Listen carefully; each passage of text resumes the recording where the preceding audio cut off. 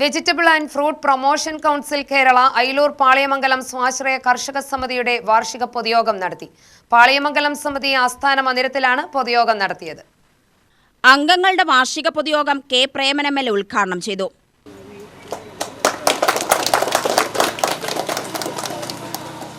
പച്ചക്കറി കൃഷി ഉപജീവനമാക്കിയ കർഷകരുള്ള മണ്ഡലമാണ് നമ്മുടെ നെന്മാറ.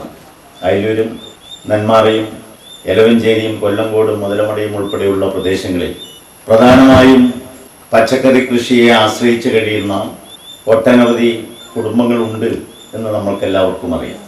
വേനൽക്കാലം മുതൽ ശ്രമകരമായ പ്രവർത്തനം ആരംഭിച്ചെങ്കിൽ മാത്രമേ ഈ മേഖലയിൽ പിടിച്ചു നിൽക്കാൻ വേണ്ടി കഴിയൂ.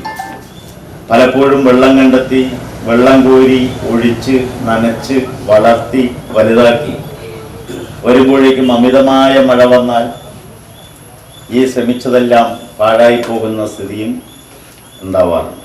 എന്നാൽ അതിനെല്ലാം ഒരു ചെറിയ പരിഹാരം എന്നുള്ള നിലയിലേക്ക് കർഷകരുടെ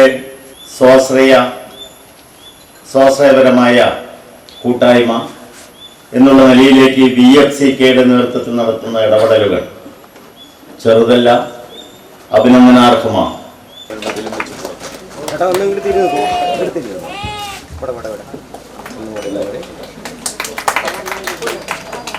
കർഷക സമിതി പ്രസിഡന്റ് CP വിനോദ് അധ്യക്ഷനായി. സമിതിയുടെ പ്രവർത്തനത്തെക്കുറിച്ച് വിശദീകരണവും സമിതി അംഗങ്ങളുടെ മക്കളിൽ SSLC+2 പരീക്ഷകളിൽ സമ്പൂർണ്ണ A+ നേടിയ വിദ്യാർത്ഥികളെ ആദരിക്കലും VFPCK ജില്ലാ മാനേജർ ബിന്ദുമോൾ മാത്യു നിർവഹിച്ചു. മികച്ച കർഷകയെ ബ്ലോക്ക് പഞ്ചായത്ത് അംഗം S വിനോദും മികച്ച ഒന്നാമത്തെ വ്യാപാരിയെ അയിലൂർ പഞ്ചായത്ത് പ്രസിഡന്റ് രാജേശ്വരിയും മികച്ച രണ്ടാമത്തെ വ്യാപാരിയെ വാർഡ് മെമ്പർ R നിഷയും ആദരിച്ചു. സമിതി സെക്രട്ടറി R രജിത നടപ്പു സാമ്പത്തിക വർഷത്തെ ബജറ്റ് അവതരിപ്പിച്ചു. MP Baby, P Uma, Abdul Samad, Manasa, R Praveen, B Babitha, G Rajesh എന്നിവർ പ്രസംഗിച്ചു. UTV news, Palakkad.